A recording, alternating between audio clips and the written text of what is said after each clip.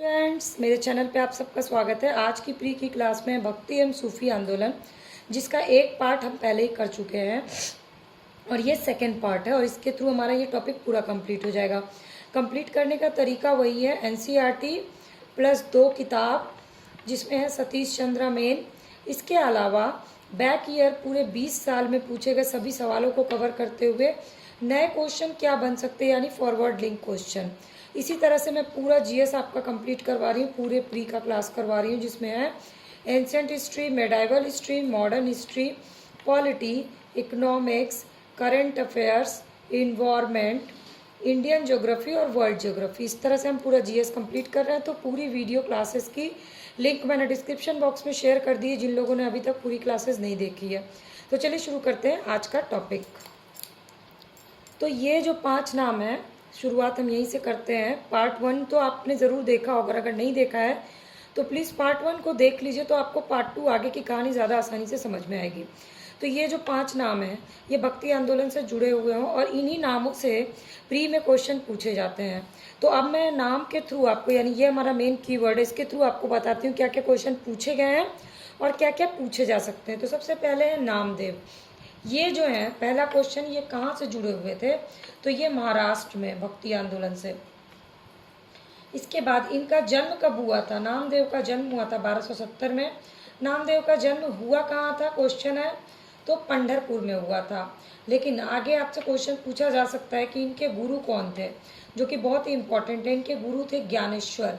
और नामदेव किस संप्रदाय से संबंधित थे? ये आपका फॉरवर्डिंग क्वेश्चन है। वो वारकरी संप्रदाय से संबंधित थे। तो नामदेव से रिलेटेड ये 5 क्वेश्चन हो गए। महाराष्ट्र के भक्ति आंदोलन से जुड़े थे, जन्म 1270 में हुआ था। पंढरपुर में राम नामदेव का जन्म हुआ था, उनके गुरु ज्ञानेश्वर थे और ये वारकरी संप्रदाय से संबंधित थे। विठोबा खेचर अथवा खेचर नाथ नाम का एक नामपंथी कनपटे ने इन्हें रहस्यवादी जीवन की दीक्षा दी थी।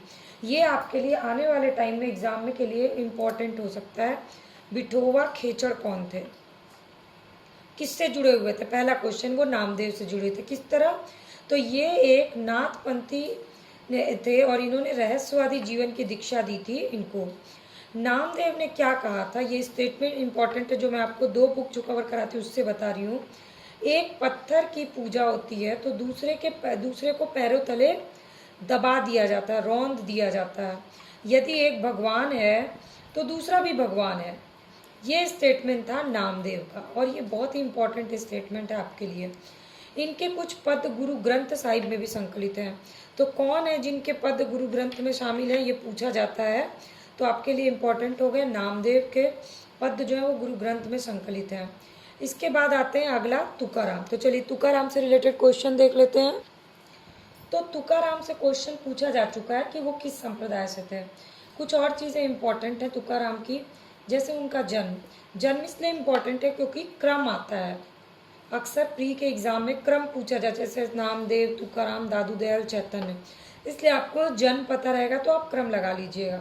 तो 1608 में तुकाराम का जन्म हुआ और 1649 तक इनका काल माना जाता है। और ये जो 1649 के बाद मतलब इनके बारे में पता नहीं चलता है।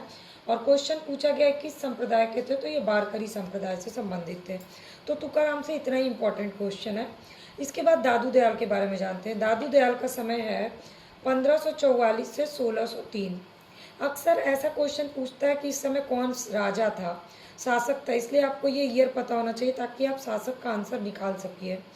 और दादू दयाल का समय के बाद, इसके बाद ये भक्ति मार्गी कवि थे, ये सबको पता होगा। तो दादू दयाल का बस कार्यकाल इंपॉर्टेंट है। इसके बाद आते हैं महाप्रभु चैतन्य।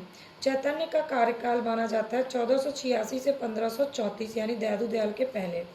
ये भी भक्ति आंदोलन से। इनका जन्म हुआ था नदिया जिले में। नदिया जिला कहाँ है? बंगाल में। इनके पिता का नाम था जगन्नाथ मिश्र और माता का नाम था सची देवी। ये दोनों आपके लिए इम्पोर्टेंट है। क्यों? क्योंकि चैतन्य के बचपन का नाम पूछा जा चुका है। तो अगर बचपन का नाम पूछा जा चुका है तो माता पिता का भी नाम पूछा जा सकता है। बचपन का नाम था निमाई। और चैतन्य ने कृष्ण को अपना आराध्य बनाया था और उन्हीं की भक्ति का प्रचार करते थे। तो चैतन्य किस भगवान की भक्ति का प्रचार किया था? कृष्ण की भक्ति का प्रचार किया था। इसके बाद आते हैं तुलसीदास जी। तुलसीदास जी किसके समय में थे? अकबर और जहांगीर के समकालीन थे, और इन्होंने 25 ग्रंथ लिखे थे, जिसमें रामचरितमानस और विनय पत्रिका सबसे इम्पोर्टेंट मानी जाती है। दोनों किसकी रचना है? तुलसीदास की। रामचरितमानस की रचना तुलसीदास ने किस भाषा में की थी? आपके लिए फॉरवर्ड लिंक का क्वेश्चन है ये, अवधी भाषा में की थी। तो ये हो गए आपके लिए नामदेव, तुकाराम, दादू दयाल, चैतन्य और तुलसीदास से रिलेटेड सारे इंपॉर्टेंट फैक्ट्स। पिछले साल में पूछे गए क्वेश्चन, आने वाले साल के लिए इंपॉर्टेंट क्वेश्चन। तो अभी तक अगर आप इस वीडियो को देख रहे हैं तो प्लीज़ वीडियो के नीचे लाइक बटन होगा, उसको प्रेस कर दीजिए। कमेंट सेक्शन में कमेंट करके मुझे बताइए आपको मॉडर्न मेडाइवल हिस्ट्री का कौन सा टॉपिक कवर कराना है। वीडियो अच्छी लगेगी तो अपने फ्रेंड्स से शेयर कर लीजिएगा, और चैनल पे पहली बार विजिट किया है तो सब्सक्राइब या फॉलो बटन को क्लिक कर लीजिए, ताकि फ्री ऑफ कॉस्ट सारी वीडियो अपडेट आपको मिल जाए। चलिए अब देखते हैं आगे के क्वेश्चंस। अब है आगे के कीवर्ड्स सूफी आंदोलन के। तो सबसे पहले अबू इसहाक शामी। ये चिश्तिया सूफी की स्थापना अफगानिस्तान में चिश्त में अबू इसहाक शामी और उनके शिष्य ख्वाजा अब्दाल चिश्ती अब्दाल चिश्ती ने की थी। पर भारत में इसका प्रचार सबसे पहले किसने किया, वो ज़्यादा इम्पोर्टेंट है, तो वो है मोइनुद्दीन चिश्ती। मोइनुद्दीन चिश्ती ने भारत में इसका सबसे पहले सूफी का प्रचार किया, और 1192 में यानी 12वीं शताब्दी में मोहम्मद गोरी की सेना के साथ वो भारत आए थे। ये क्वेश्चन आपके फॉरवर्ड लिंक के लिए इम्पोर्टेंट है। इन्होंने अजमेर में अपना निवास बनाया और 1236 में इनकी मृत्यु हो गई।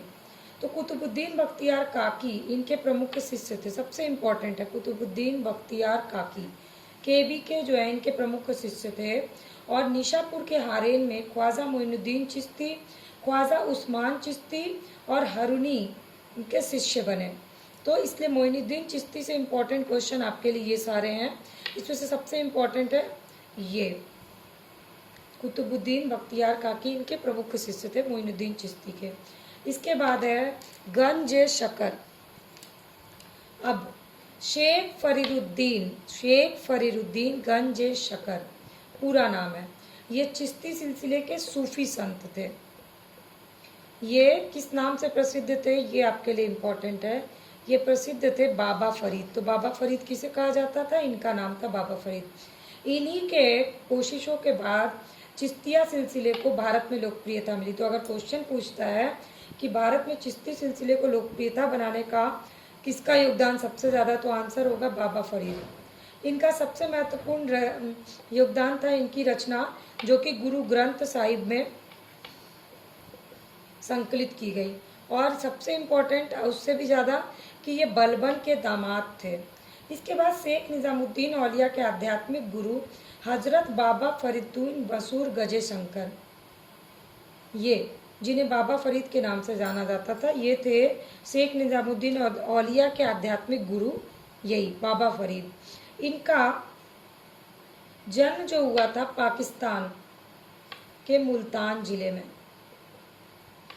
और इनके प्रमुख शिष्य थे अलाउद्दीन साबिर कलियारी, आप कोड याद रखिए, कलियारी, और नासरुद्दीन चिराग दहलवी इनके प्रमुख शिष्य थे बाबा फरीद के। और शेख निज़ामुद्दीन औलिया की दरगाह कहाँ स्थित है? तो शेख निज़ामुद्दीन औलिया की दरगाह स्थित है दिल्ली में, जहाँ से कई बार क्वेश्चन पूछे जा चुके हैं।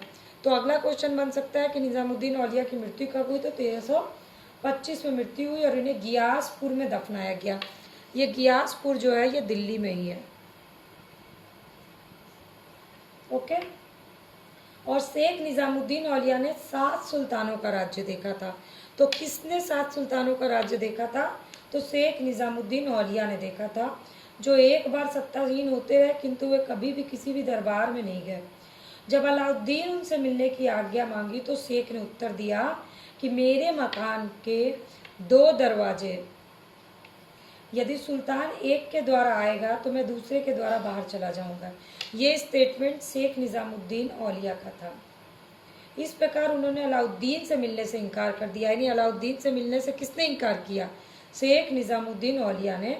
और वे महमूद ए इलाही और सुल्तान उल औलिया के नाम से प्रसिद्ध थे। यानी संतों का राजा किसको कहा जाता था? शेख निज़ामुद्दीन औलिया को कहा जाता था संतों का राजा। अब चलते हैं शेख सलीम चिश्ती पर। ये सारे क्वेश्चन आपके लिए बहुत इंपॉर्टेंट है, याद करना थोड़ा सा मुश्किल है, लेकिन इस वीडियो को देखने के बाद आप एक बार बुक कोई भी एक किताब रीड कर लीजिएगा ना, तो आपको सारे फैक्ट्स अच्छे से याद हो जाएंगे। अब देखते हैं शेख सलीम चिश्ती।